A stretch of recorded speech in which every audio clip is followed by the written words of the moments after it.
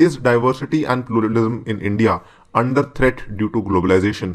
Justify your answer. कि वैश्वीकरण की वजह से जो भारत में विविधता है, क्या वो यहां पे खतरे में है या नहीं? Justify your answer. So again, ऐसे केस में आपसे एक्सपेक्टेड क्या है कि आप जब इंपैक्ट की बात कर रहे हैं तो आपको पॉजिटिव और नेगेटिव दोनों की बात करनी पड़ेगी। ठीक है, आप इसकी शुरुआत कैसे भी कर सकते हैं। अगर आप चाहें तो ग्लोबलाइजेशन की डेफिनेशन से शुरुआत कर सकते हैं, अगर आप चाहें तो भारत की जो डाइवर्सिटी और प्लूरलिज्म है इसके बारे में शुरुआत कर सकते हैं बताते हुए।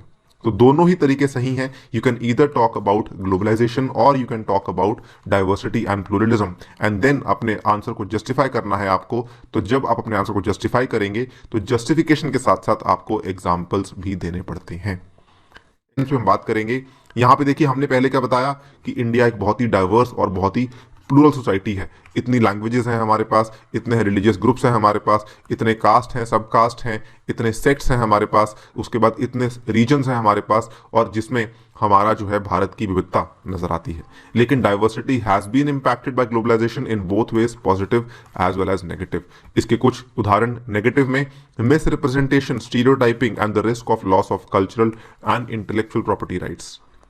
राइट, सो आपका जो ग्लोबलाइजेशन की वजह से क्या हुआ है कि जो कल्चरल और इंटेलेक्चुअल प्रॉपर्टी राइट्स है वो कहीं ना कहीं भारत की खो चुकी हैं, खो भी रही हैं बिकॉज ऑफ ग्लोबलाइजेशन। कई सारे एक्सटर्नल फैक्टर्स हैं। Social movements within the pluralism are and diversity are often hijacked by the foreign elements to create instability. तो पहले जब वैश्वीकरण नहीं था तो हमारी जो सोशल मूवमेंट्स थी वो एटलीस्ट अंदरूनी थी और हमें मालूम था कि ये क्यों हो रही है। लेकिन आज की डेट में यू नेवर नो कि वहां पर कोई एक्सटर्नल फैक्टर या कोई एक्सटर्नल एलिमेंट काम कर रहा होगा।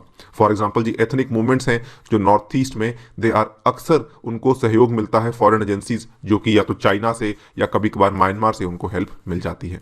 तो ये चीज़ें वैश्वीकरण की वजह से हो रही हैं। जो बॉर्डर्स हैं क्योंकि वो खत्म हो रहे हैं तो ये सब चीज़ें देखने को मिल रही हैं। एनकरेजिंग इन इक्विटी टेंडेंसीज, जो असमानताएं हैं वो भी काफ़ी बढ़ चुकी हैं। Globalisation has favoured the privileged and the rich class in India. Gender bias बढ़ चुका है। The globalisation has promoted materialism and objectification of women. Proliferation of pornography has resulted in crimes against women.